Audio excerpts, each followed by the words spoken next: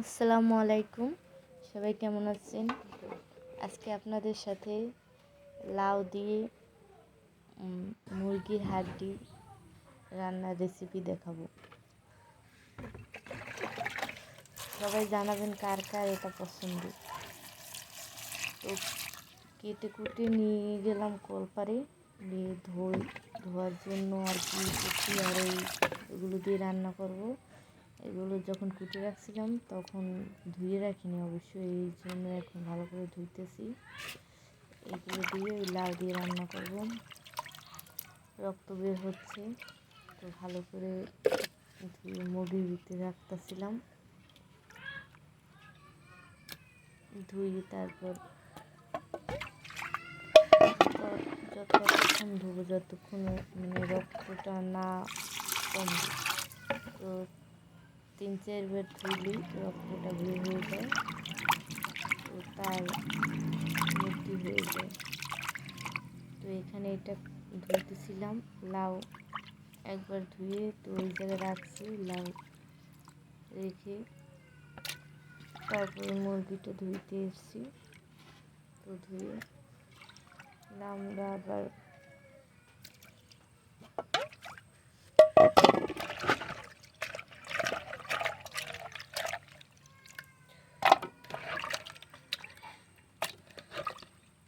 তিনবার নতুন 4বার ধুইছি ধোয়া, তো এখনো ধুইতেই আছে।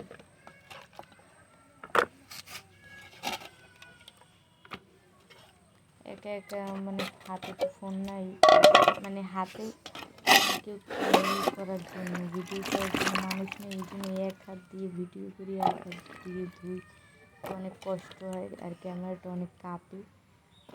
তো তারপর জানাবেন কেমন হয়েছে। জানি ভালো হয়নি, কেউ ভালো হয় না, এই জন্যই তো আমার পেজে ফলোয়ার নাই, কিছু নাই, তারপরও সারি। যাই হোক, চেষ্টা করতে করতে একদিন হবেই না, হবে, এই জন্যই চেষ্টা করি বারবার। যাই হোক, ওই লাউ ধোয়া শেষ, মুরগিটাও শেষ। এখন একটু দিয়ে মুরগিটা ছোটো ছোটো করে কাটবো। কাটার জন্য রাখছি, ফোনটা রাখতে কষ্ট হয়, তো একটা খানাগুলির সাথে ভালো করে রাখছি। তো মুরগির পাগুলো ছোটো ছোটো করে কেটে রাখবো।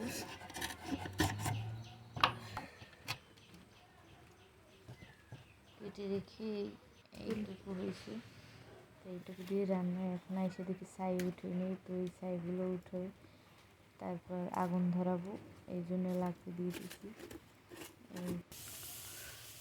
এখন কড়াই দিয়ে তারপর রান্না শুরু করবো। পেস্টটা দিয়ে দিচ্ছি, এখন তেল দেবো। বড় তেল নাই, এই জন্য আগে তেল উঠিয়ে রাখছিলাম, সেই তেল দিয়ে রান্না করতেছিলাম। তো তেলে দিয়ে দিলাম, তেল গরম হয়ে গেছে। গরম হয়ে যাওয়ার পরে এখন ভালো করে পেঁয়াজ দিয়ে ভেজে যতক্ষণ না ভাজা হবে, মানে যখন একটু বাদামি কালার না হবে, তো তারপর রসুন বাটা দিয়ে দিলাম। আদা বাটা ছিল না, তো জিরা বাটা একটু ছিল, একটু পর দিয়ে দেবো। তো এখন জিরা বাটা আগে দিতাম না, তখন ফোনে ছিল না, এই জায়গায় অনেক বড়, এই জন্য ভিডিও করা যায় না, এক হাত দিয়ে অনেক কষ্ট হয় ক্লিয়ার করার। তো তারপরে এখন ভাজা শেষ, এখন হলুদ মরিচ দিয়ে দেবো, 2 চামচ হলুদ দিয়ে দিলাম। মানে আপনারা যার যতটুকু প্রয়োজন আর কি, আমি মানে মেপে দিই না, মানে কালার অনুসারে দিই। আগে তো রাঁধতেই পারতাম না, এখন তো তাও রান্না করতে পারি আর কি, অল্প অল্প।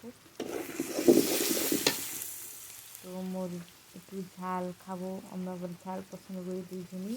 কাঁচামরিচ দিচ্ছি, গুঁড়ো মরিচ দিয়ে দিচ্ছি, দিয়ে এখন ভালো করে নাড়াচাড়া দিয়ে ভালো করে কষিয়ে নেব।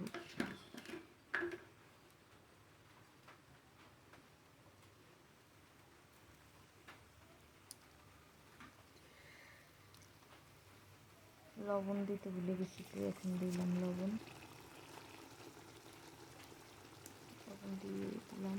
দিয়ে এখন পানিটা গরম হয়েছে, গরম হওয়ার পরে এখন তেলগুলো উপরে উঠে এসেছে, এই জন্য মুরগিগুলো দিয়ে দিই। ওই কলজিটা একটু পরে দেবো, আগে মুরগি হাড্ডি দেবো, হাড্ডি দিয়ে তারপরে নাড়াচাড়া দেবো।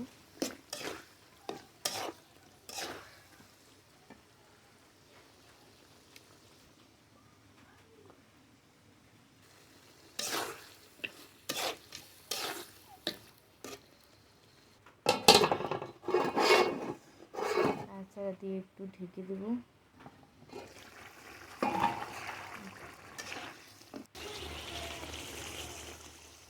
ঢাকনা উঠিয়ে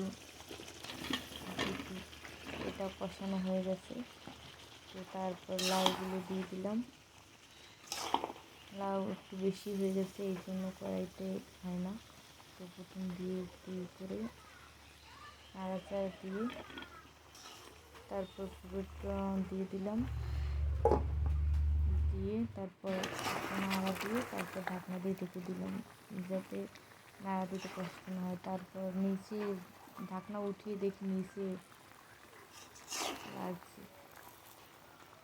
লাগার পরে এখন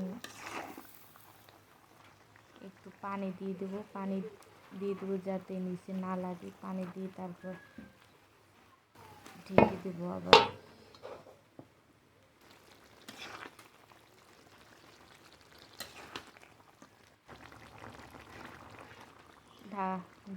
ঢাকনা উঠিয়ে দেখি এখন প্রায় সিদ্ধ হয়ে গেছে।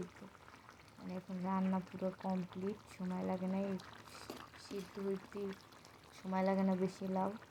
তো এখন এই ফাইনাল লুক দেখেন, কি দেখতে খুব সুন্দর লাগে, তাই না?